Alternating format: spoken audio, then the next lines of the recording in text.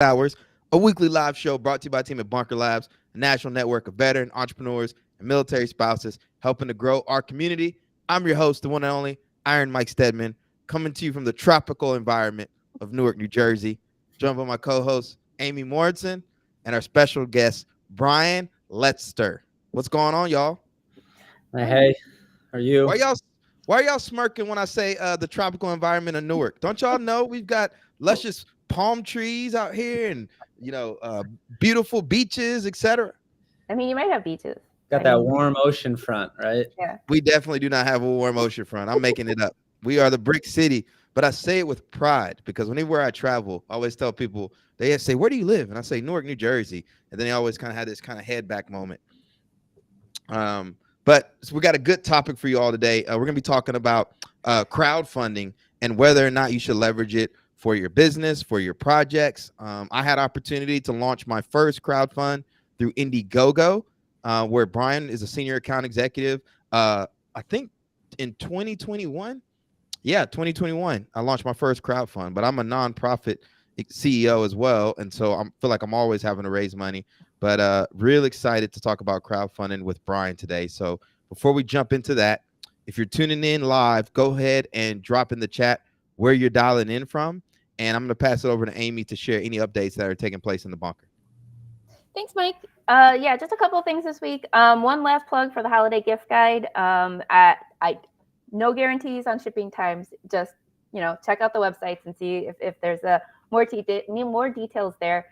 Some of them are offering 20% off for Bunker Labs community. So that is bunkerlabs.org/marketplace-2023. And then Breaking Barriers in Entrepreneurship program. The apps are open for that through January 7th. And that cohort starts at the end of January. And that is an 8-week virtual cohort for early stage startups to get, basics down. And then last but not least, we got a new blog post on the site. So it's boots on the ground from the San Antonio Ambassador fly-in. So that hear from the ambassadors that were gathered in San Antonio about 2 months ago, I want to say, and see what that was like and what it's like to be an ambassador. And that is it for this week. And Christmas is coming next week. No office hours next week because it's Christmas. Awesome, Amy. So before Brian and I chop it up, one more thing. I need you all to go ahead and pull out your phones right now and hit that subscribe button to the Transition Podcast on your favorite podcast open app. I'm going to talk about why here at the end of the show, but I really appreciate it if you just went ahead and subscribed right now while you're on this live. So without further ado, Brian, welcome back to the bunker. You're a Bunker Labs OG. Before we went live, him and I were joking about how, like, after entrepreneurs have kind of been beat up by a while, you can get a little jaded. We got the battle scars, the busted lip. When we see newly minted entrepreneurs, at events with their what do we call them, the retractables? Yeah, we're like, retractables, right? we pull out a cigarette. We're like, let me talk to you in about 3 years. Come back to me. We'll see if you're still here. Because it's a grind, man. Am I wrong? Oh, yes, it absolutely is. I always thought it was interesting, the glorified Hollywood version of entrepreneurship that's displayed, and then the real entrepreneurship where it's you're working even when you don't want to, or perhaps when you're sleeping. So I would love for to start by just kind of taking us back to how you got connected with the bunker in the first place, and then bring us up to speed on what you're doing now with Indiegogo and why crowdfunding is a great opportunity for a lot of our community. Yeah, absolutely. So kind of all ties together in if I go back 8 years, in 2015, I got connected to Bunker Labs. I was actually I was doing my undergrad in business entrepreneurship at Illinois State University and planning to move to Chicago anyway. So I really wanted to start building a network there. And I can't remember who specifically introduced me to Bunker Labs, but I connected with the team when they were out of the 1871 office. And it was kind of exactly what I was looking for. Yeah, at the time, I think they were one of the first organizations or, accelerators I got involved with. And it was just super fruitful from the start, where one, you had the kind of the veteran connection, which was in retrospect, a much bigger deal to me than I thought at the time. And two, I was trying to build a home base in Chicago anyway, so it kind of felt like home immediately. And it's interesting. Crowdfunding, my previous startup, we formed it in 2015, and it was actually based on a crowdfunding model. I'll put in quotes too, Indiegogo, we borrowed a lot from. That was the site that both my business partner and I kind of modeled our crowdfunding SaaS platform off of. So full circle, right? Who would have known years later I'd be, part of the Indiegogo team, and, continually kind of adapting the crowdfunding space. But Indiegogo is great team. That's something I always stress, no matter where people work, is, make sure the team's a great fit, and people are evolving daily here. And what's really interesting about kind of working at Indiegogo is now seeing the flip side of where maybe perhaps I once was working with, whether it's, fresh entrepreneurs or seasoned entrepreneurs, all the way up to even like corporate enterprise clients. Crowdfunding can kind of fit all stages. It's whether you're pre-seed or you're on your Series C raise, there's ways crowdfunding can be leveraged to, simply put, validate a market or validate a product without going through a lot of steps that usually cost a lot of funds. So how do you shorten that? How do you get in front of your audience faster? And how do you, grow your brand in a more modern way? Yeah, for me, it's interesting you say 2013, because I remember coming back from Afghanistan in like mid 2012. I was in with 1st on 8th Marines. And I remember starting to see the Kickstarters and the stuff for the firm. I was like, what the heck are these? Like, what happened in the last, 6 months while I was deployed? And then you start to kind of see it take off. And I think over the years, you've seen people as thinking it's just like cheat code to launch a product. Yeah. And I didn't launch my first crowdfund campaign until last year with my book, Black Veteran Entrepreneur. And I found out a couple things about it that I didn't realize. Number one, it's a great marketing campaign, right? So, just being on the platform, having this as an opportunity to promote your book, there's that. Second thing was you really just kind of activated your existing network. And one of the things I learned, as much as people are, you got the prosumers who like really want the product and are happy to put money up. But for a lot of us authors, they were mainly just supporting us, right?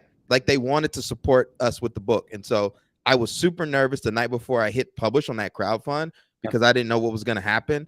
But man, it's now part of my flywheel. And I'm actually working on another book that I'm hoping to launch a crowdfund campaign for probably this summer, called Dog Whistle Branding. Yeah. Yeah, it's quite interesting you say that too, Mike, in terms of like, I think a big question a lot of entrepreneurs ask is, where and when do I crowdfund? What's the good time to do it? And you hit the nail on the head of like, hey, this is a good way to just build awareness and exposure to my brand. At the end of the day, you're building a landing page on an e-commerce site where we have, I want to say we have around like 24 million visitors per month visiting Indiegogo. And a lot of them are, in a sense, shopping, right? They're looking for new innovative products or books or you name it. And, when you as an entrepreneur, the ability to display everything on one page where they not only learn about, the product or book in this case, they're learning about you, so it really kind of ties in well to a whole kind of marketing push. And what's really interesting, we've even seen kind of a lot of new case studies that highlight that even the, what we call campaigners, when you launch a Indiegogo campaign, you're now a campaigner, right? We've actually seen a lot of value where people will launch a campaign. Let's say they hit their goal, whether they hit their goal or not. A lot of these teams are attracting, eyes from angel investment groups or VC institutions that are also looking in that space for new and innovative products. So it's kind of cool to hear the success stories where, hey, not only did we, let's say we funded our 75K goal, but we also got in touch with an angel investor that's now on the team. It's really neat how it can also pivot. The dollar amount isn't only the primary goal or primary outcome, right? You can get a lot of different types of avenues and opportunities opening up through crowdfunding. I want to open up the floor for questions. So those of you that are tuning in live, if you got a question for Brian, feel free to go ahead and drop it in the chat. We talked about what it's good for. Who is crowdfunding not for? Yeah, it's a good question. I would say, maybe I have a biased answer. I'd say crowdfunding can kind of fit anyone's model itself, but where crowdfunding is kind of tough is perhaps non-tangible products, right? If you're a SaaS platform where everything's digitized, not going to say it won't work. It's just you have to get really creative of how you want to use that campaign. People, keep in mind, people on Indiegogo or Kickstarter, whatever site you're going to go launch on, they're looking for exclusive deals, and early access to products. So, non-tangible products, although not impossible, you're kind of at an uphill just because people are actually looking for tangible products to utilize. On that note, what I will say is I have seen SaaS platforms do extremely well because they get really creative with what they can offer. Where, for example, whether you're attacking a B2C or a B2B market, where perhaps some of the large high-value clients that you're targeting, maybe you offer a very exclusive discount through the Indiegogo campaign of saying, whatever the conversation was internally with them of saying, hey, you backing this campaign will really help us hit our next goals. Oh, and by the way, you'll get this for 50% off for the year, for example. So it like I said, I do believe it can work for anyone. It just depends on kind of how savvy you want to get with how do you basically interact with your audience. Because at the end of the day, that's the secret sauce is you are going to know your audience and target market. So how do you kind of appeal the product or service to them in a really interesting way where they don't want to miss out on you and the crowdfunding campaign? That's what I was going to ask next is, what do you think is the motivation behind people that tend to support crowdfunding campaigns, whether that's, doing a convertible note of some sort to help a company get off the ground, or, in my case, right, helping a independent author get their first book published, because it's not free money either, right? Make no mistake. Sometimes people think like, oh, it's like a nonprofit. That's not the case, but there's something special, I think, about the crowdfunding community. Yeah, there definitely is. I think it's kind of that almost that more modern space where, post-COVID world, right? A lot of people, VC money has tightened up. A lot of people are looking for different avenues of funding. And, as an entrepreneur, and this, Mike, of you don't want to get gutted either. You don't want to get gutted through equity just for some funds where you're kind of now the startup maybe isn't even yours at that point. So I think the general pull of why crowdfunding is so special and unique from the community perspective is the community knows that it is the actual, founders or the original team really trying to push these products to market.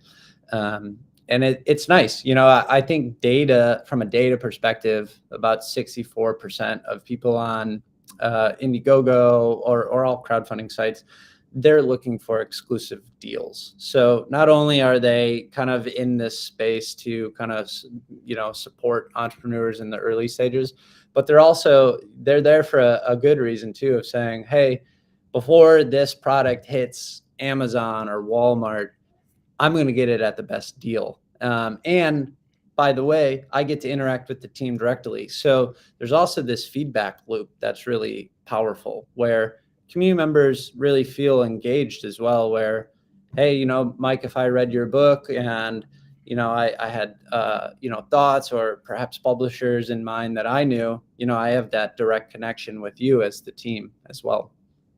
So the crowdfunding movement has had about a decade's worth of learning. And I've read about the Jobs Act. I believe that was passed in that was right around the 2012 or 2013 that allowed non-credited investors to, support companies through crowdfunding and other things. But when you think about the future, leveraging the lessons learned from 10 years, where do you see crowdfunding headed and the opportunity for entrepreneurs? Yeah, that's an awesome question, right? I really think the future of crowdfunding it's actually statistically going up. And I really think, much like a lot of things that happened due to COVID, it kind of accelerated crowdfunding, where I think it's just more of a good example, an analogy I can use is how remote work was kind of this far-fetched thing. In 2019, let's say we're like, oh man, remote work, that's going to take another decade to get there, where we're all working from our comfortable spaces and being productive. COVID was the accelerant to that fire, right? Much like crowdfunding, you really had people kind of shift the dynamic of how do we go about raising funds for a startup? How do we go about marketing, where maybe it doesn't need to be this traditional marketing plan, but we could really be interactive with the communities. And like I said, the crowdfunding model really has flipped things on its head, where, for a traditional model is, you have your prototype, you have your design, and then you have to manufacture it and then ship it. Those two last stages, for anyone who's done it out there, it's a lot of time, energy, and cost to manufacture and ship. And then guess what? Then the product gets into your audience's hands. So it's a big risk, right? You're taking a lot of risk. Whereas crowdfunding, it kind of flips this on its head, where you have your prototype. Now go validate it in your market right away before you even manufacture and ship it. We're talking a much simpler and cleaner process to get feedback. So full circle to your question, Mike, where does the future lie in crowdfunding? I really see it as a space where now any entrepreneur, whether you're in accelerator programs or incubators or think tanks, crowdfunding is going to be more and more of a realistic option, that people are going to say, hey, why don't we at least test something here? Maybe not full scale, or maybe it is full scale, but it's that kind of sandbox environment is how it's evolved. What I'm going to do, y'all, is I'm going to get Brian on a podcast to talk about what it takes to launch a successful kind of crowdfunding campaign. Because again, I think this is going to be a great opportunity for a lot of you out there to just kind of test ideas. And one of the things I like about creating content like this, Brian, is that it lets me think out loud. So when we're talking backstage, I kind of already realized aha moment of yo, the crowdfund is part of my flywheel, because it allows me to create intellectual property and do it in a public way to make sure that I'm providing value, and I'm also kind of building my audience. And I know audience is super important. Nourishing it and not just going to it when you need something, but getting out above it, months in advance, years in advance. When you do launch that crowdfunding campaign, what does Gary Vaynerchuk say? Jab, jab, right hook. You're not just asking to support me. So, yeah, absolutely. We do have a question coming through on LinkedIn. Let me see. Our chat thing is not working very well here, so just give me 1 sec, because I want to make sure keep the audience engage here. Let me see.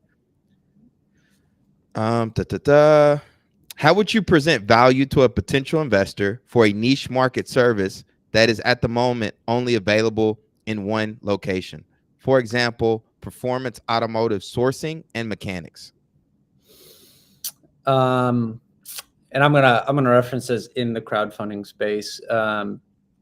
I think, and if I understand this correctly, it's going to depend on what the overall goal of the crowdfunding campaign would be. So if your goal is to, let's say, attract, let's say you have 5 investors targeted, I would also be really open with them, even before you launch, of saying, if you have a dialogue with them of saying, what is something you're seeking? What if I launch this campaign, what needs to be validated for you to get further involved.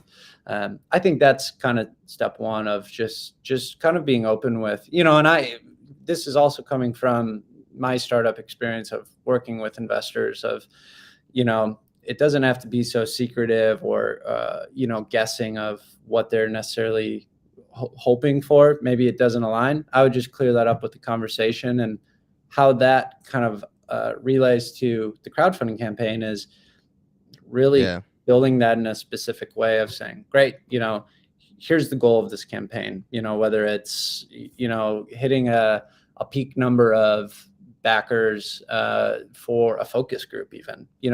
Some companies will even use crowdfunding to get small scale focus groups involved, just to focus on their product development itself.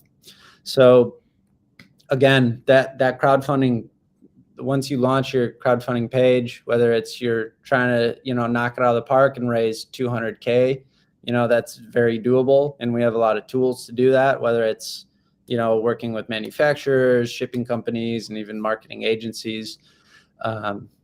So you have a lot of tools. It just depends on where you want to aim your crowdfunding page. And for me, just thinking out loud, it sounds like a great opportunity for informational product, right? There's really this market need out there. You come up with some kind of informational product that you get crowdfunded. It shows potential investors like, hey, this is something serious. People are interested in this information. That can be one way to go about it. So it goes back to what Brian said, is like, what is your ultimate goal? Like, what are you trying to accomplish? And then coming up with a plan and just testing it. And I think that's the big thing. Leveraging this as an opportunity to, before you go all in and spend 5-6 years in the grind, like Brian and I, right? Like, let's make sure we have something that people are willing to get behind. All right, what we're going to do now is we're going to transition to book recommendation. So Brian, what book rec do you have for our viewers today? Yeah, so there's a book called Crowdfunded by Mark Pakoda. He's the CEO and founder of LaunchBoom. It's a really good book. I would always recommend just, let's say you don't know where to start with the crowdfunding process, read that book. It's a really, not only from a crowdfunding perspective, it's just a really good book as a startup founder to kind of align, direction and how to kind of use like all opportunities and angles. So it's just a really good book. It really does kind of have a step-by-step feel. So crowdfunding can be overwhelming. There's a lot of phases to it, pre-launch being probably the most critical phase of it. So don't rush your crowdfunding campaigns. Make sure you kind of do things right. Our team's always available to be connected as well. But that book is a quote unquote secret sauce book, in my opinion. Love it. I'm gonna check it out. My book rec, and I've probably already recommended this book, but I create so much content and I do so much book recommendations on this show that I keep circling back. But it's a Newsletter Ninja, How to Become an Author Mailing List Expert, right here. Boom, boom, boom. And I have her book too. It's by Tammy LaBerke. And one of the reasons I'm doing this is I'm really spending a lot of time investing in my own media kind of strategy. There's so much changes going on between algorithms and whatnot, but everybody says newsletters are dead, but all the brands know that that's not the case, right? People still check their inbox. And so I'm trying to spend more time setting up my newsletter on Substack, and just delivering value and learning and testing ideas. And that's going to be a big part of my strategy just moving forward as I continue to become the vision of entrepreneur I know I'm capable of. So as we close out here, a couple things. Brian, Indiegogo, right? I launched my crowdfund on that. I'll go there again. But what resources are there out there for veterans that are tuning in and are interested in working with Indiegogo? Yeah, that's the beauty of Indiegogo is we really strive and focus on building relationships with any campaigner or startup looking to launch a product or an idea. So we actually, I'll leave my direct booking link. You could either link directly with me for a one-on-one consultation or our other team members itself.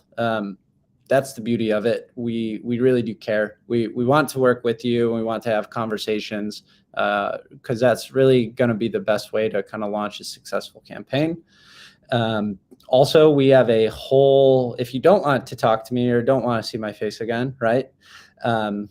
We have a whole entrepreneur education center. So I'll be sure to share that link as well.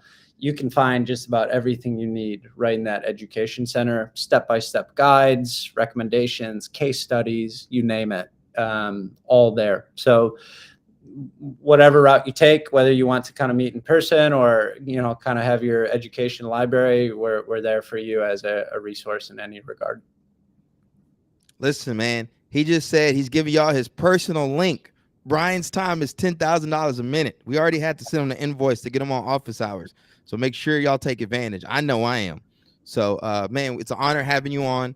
We'll be sure to include that link. And thank you for all you do, Indiegogo, and helping serve this community. And we're going to get you on the Transition Podcast to tell your entrepreneurial story as well. Amazing. So it's going to be a great new year. For everyone else tuning in, if you haven't done so already, make sure you subscribe to the Transition Podcast. I've been delivering amazing content, whether it's interviewing other entrepreneurs. Last week we had on, forgot the guy from the Patriot Jean Co., which is super exciting. He's in the early stages of going after a really, really hard category, which is denim and jeans. And so a lot of you that are sitting on the side of the pool, looking to get in the game, check out that interview, because he's at a prime space and time that a lot of us can relate to when we were first starting out. Hadn't really gotten beat up yet, still understanding things don't come as easy as he thought. But before that grind, that long, 4 or 5 year grind. So check that out. And I want to hear from you. What content specifically would you like me to cover through solo episodes on the transition? You can shoot me a message on LinkedIn, Iron Mike Steadman. You can comment below, but I want to hear from you of what content resonates with you the most. I'd like to acknowledge our sponsors for the Transition Podcast, MetLife Foundation, for supporting us. Without them, we wouldn't be able to produce such amazing content. So appreciate you all for tuning in this week. Until next time, everyone, peace, love, and have a great